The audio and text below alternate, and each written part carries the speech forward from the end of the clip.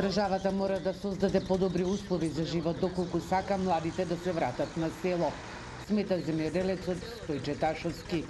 Тој денојуве го формираше Сдруженијето на млади индивидуални земјоделци АРПА во селото Блешево, чија цел е да го смени мислењето на младите и наместо како во минатото на селата да гледаат како перспектива за подобар живот. Сметам дека треба пред се да се води сметка и за условите кои што живеат селаните во селата.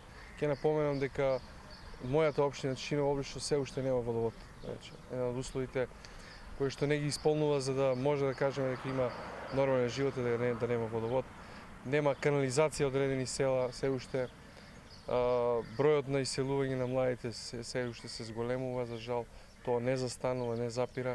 Значи треба во тој правец да се размислува пред се, а секако е за поздравување и тоа да се мисли и за оние кои што планираат да се вратат на село. Еве од каде треба да се почне да се решаваат проблемите за младите земјоделци според вас? Па најпрви треба, еве како што е веќе најавен новиот закон за рурален развој, земјоделство и рурален развој, треба да се води сметка за тоа што се произведува, како се произведува и каде се пласира. Откупот на нас е најважен на производите, да постои откупот, да се вратиме ние на пазарите кои што некогаш беа традиционални за нас. Многу е важно да исплата имаме навремена, да не касни исплатата.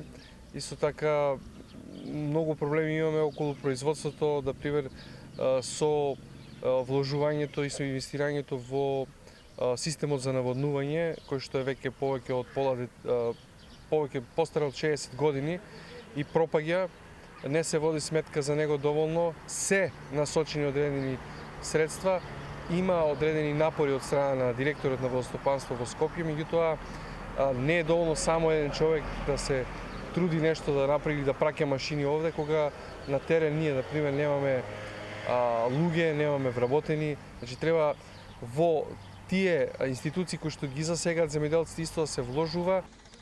Според Ташовски, државата освен финансиска треба да понуди и логистичка поддршка за младите земјоделци, а тоа е за гарантираниот откуп, редовна исплата и контрола на што и како се произведува во нашата држава. Да се води сметка и за сточарството кое што живееше на овие простори. Понекогаш порано во Блешево пред 15-20 години имаше преку 300 крави, денеска нема ни 3. Значи, во тој правец треба да се размислува да има и исплата и вложување во земјоделието, меѓутоа да на некој начин се исплати на младите земјоделци и на земјоделците воопшто.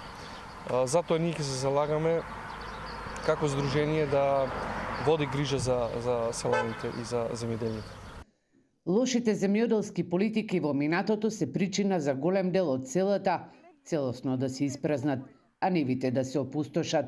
Според последниот попис во изминатите 2 децении, дури во 250 села во државата, за секогаш згаснал животот или станале топоними.